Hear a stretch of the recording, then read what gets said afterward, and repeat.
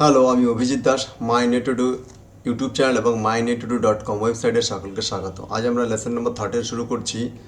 আজ আমরা পড়ব কি ইনডেন্ট সম্পর্কে। তো এমএস ওয়ার্ডের ইনডেন্ট খুবই গুরুত্বপূর্ণ জিনিস এবং এবং এটা আমাদের পরীক্ষাতে প্রশ্ন আসেই, বা তা বাদে আমাদের পেজ সেট আপ করতে ইনডেন্টের খুবই ব্যবহার করা হয়। তো চলো আমরা ইনডেন্টটা কী সেটা দেখব।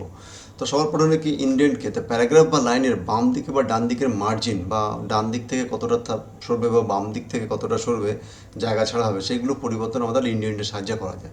এছাড়াও কোনো প্যারাগ্রাফের প্রথম লাইনটা বা কোনো একটা হ্যাঙ্গিং ইনডেন্ট কী হবে সেগুলো সেট করা যায়, যে প্রথম লাইন বা দ্বিতীয় লাইন কীভাবে আমরা সেট করা যায়, আগে পিছিয়ে এভাবে করা যায়। দেখবে কোন যেমন যেমন দেখো, এই যে প্যারাগ্রাফটা আছে, তো প্যারাগ্রাফের প্রথম লাইনটা আমাদের একটু ভিতরে আছে, আবার দ্বিতীয় লাইনগুলো, পরবর্তী লাইনগুলো আমাদের বাম দিক থেকে একটু বেশি আছে। অথবা কোনো প্যারাগ্রাফের কি লাইন প্রথম থাকে, পরের লাইনগুলো ভিতর দিকে করা থাকে। এই যে ব্যাপারগুলো, এগুলো আমাদের ইনডেন্টের সাহায্যে সেট করা হয়। তো এখানে আমাদের ইনডেন্ট তাহলে আমাদের চার প্রকার: একটা লেফট ইনডেন্ট অর্থাৎ বাম দিকের মার্জিন, রাইট ইনডেন্ট অর্থাৎ ডান দিকের মার্জিন, মানে ফার্স্ট লাইন ইনডেন্ট অর্থাৎ প্যারাগ্রাফের প্রথম লাইন, এবং হ্যাঙ্গিং ইনডেন্ট অর্থাৎ কি কোনো আমরা ইনডেন্টকে আমরা কোনোভাবে আমরা কোনো লাইনকে কোথায় সরাবো সেভাবে সরাতে পারি। তো ইনডেন্টের ব্যবহারের জন্য আমাদের দেখো এখানে দুটো জিনিস আছে প্যারাগ্রাফের, এখানে increase indent and decrease indent. Increasing indent, decreasing indent, অর্থাৎ কি আমাদের ইনডেন্ট বাড়ানো এবং ইনডেন্ট কমানো। তো দেখো আমরা কীভাবে আমরা এই ইনক্রিজ অ্যান্ড ডিক্রিজ ইনডেন্ট ব্যবহার করবো সেটা আমরা এখন প্যারাগ্রাফে আমরা চলে যাচ্ছি। আমরা এখানে যাব আমাদের আগে থেকে, যেমন দেখো এখানে একটা আমাদের যে এর আগের যে আমরা মাল্টি লেভেল লিস্ট করেছিলাম তার একটা যে নোটসটা আমরা করেছিলাম সেটা এখানে দিয়েছে। তো দেখো আমাদের এই যে দেখো এইখানে তিনটে, একটা দুটো, এখানে তিনটে চিহ্ন দেখতে পাচ্ছি, ডান দিকে একটা চারটে চিহ্ন দেখতে পাচ্ছি। তো এখানে দেখো এই চিহ্নটা আমাদের এখন রাখছি। দেখো এখানে দেখো ফার্স্ট লাইন ইনডেন্ট, এরপরে এই আর জন্য থেকে দেখো হ্যাঙ্গিং ইনডেন্ট, এর নিচের লাইনটাকে, নিচের ছোট্ট আরোটাকে আছে, একে বলা হচ্ছে লেফট ইনডেন্ট, আর এই যে লাস্টে যেটা আছে এটাকে বলা হচ্ছে রাইট ইনডেন্ট। তাহলে আমরা কী করতাম, left indent, right indent, first line and hanging. তো দেখো আমি যদি ফার্স্ট লাইন ইনডেন্টটাকে এখানে দেখো, এই যে ক্লিক করে আমার এখানে ক্লিক করা আছে, ফার্স্ট লাইন ইনডেন্টটাকে দেখো আমি এখানে যদি সরিয়ে দিই, তো দেখো এখানে আমাদের দেখো প্রথম লাইনটা সরে যাচ্ছে। হ্যাঙ্গিং ইনডেন্ট, মনে করো আমি এই লেখাটাকে ক্লিক করলাম, এটাকে হ্যাঙ্গিং ইনডেন্টটাকে, এই হ্যাঙ্গিং ইনডেন্ট আরোতে ক্লিক করে আমি এখানে হ্যাঙ্গিং ইনডেন্টটাকে সরিয়ে দিলাম। তো দেখো এখানে এই লাইন যেমন ছিল এই লাইন আমাদের ভিতরে চলে আসলো। দেখো 1 2 3 এর ভিতরে চলে গেলো এবং পরের লাইন 4 হয়ে গেল। তো এইগুলোকে আমাদের ইনডেন্ট, এগুলো আমাদের প্রয়োজন আমরা সেট করা যায়।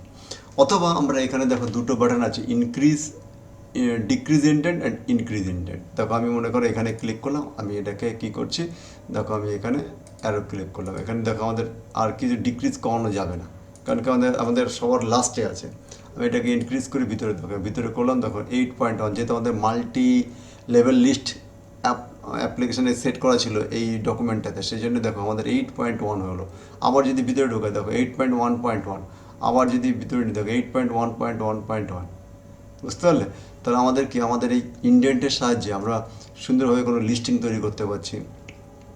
এখানে আমি ক্লিক করলাম, এখানে একইভাবে আমি যদি এখানে এইভাবে চলে আসলাম 8.1.1.2, তাই তো এটাকে আমি এর এই 8-এর ভিতরে আমি নিয়ে চলে আসলাম। এগুলো ইনডেন্টের সাহায্যে আমি এগুলো খুব সুন্দরভাবে অটোমেটিকভাবে করলাম।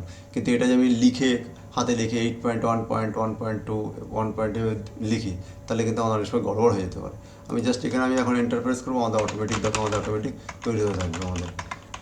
আমাদের আর বারবার আমাদের টাইপ করতে হবে না, আমাদের লেখার সুবিধার জন্য। তো এটা হলো increase indent and decrease and increase, বুঝা গেল?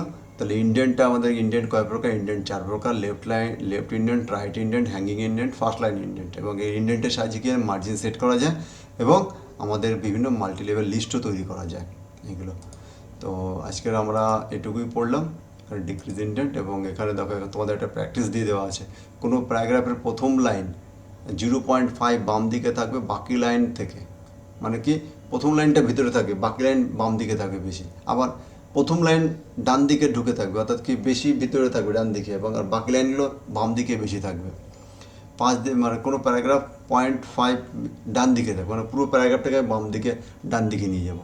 কোনো প্যারাগ্রাফের রাইট ইনডেন্ট 1.5 বাম দিকে করো। তো দেখো এটা আমি কীভাবে করবো। তো দেখো এখানে আমরা একটা নতুন ডকুমেন্ট ওপেন করলাম, এখানে আমরা প্যারাগ্রাফটা এনে নিই, REND first bracket open close. দেখো RAND RAND, দেখো আমাদের প্যারাগ্রাফটা পেয়ে গেলাম। তো আমাদের প্র্যাকটিস সেটে কী বলেছে, যে কোনো প্যারাগ্রাফের প্রথম লাইন 0. মানে হাফ ইঞ্চি বাম দিকে থাকবে বাকি লাইন থেকে, অর্থাৎ কি আমাদের প্রথম লাইনটা কী হবে, আমাদের এই যে প্যারাগ্রাফের প্রথম লাইনটা থাকবে আমাদের কি থাকবে, আমাদের বাম দিকে থাকবে আর বাকি লাইনগুলো ডান দিকে থাকবে। তবে তো আমাকে কী করতে হবে, আমাকে হ্যাঙ্গিং ইন্ডেন্টটা আমাকে এখানে এখানে ক্লিক করতে হবে। দেখো এখানে ক্লিক করার পর এখানে আমাদের কী আছে, লেফট ইন্ডেন্ট।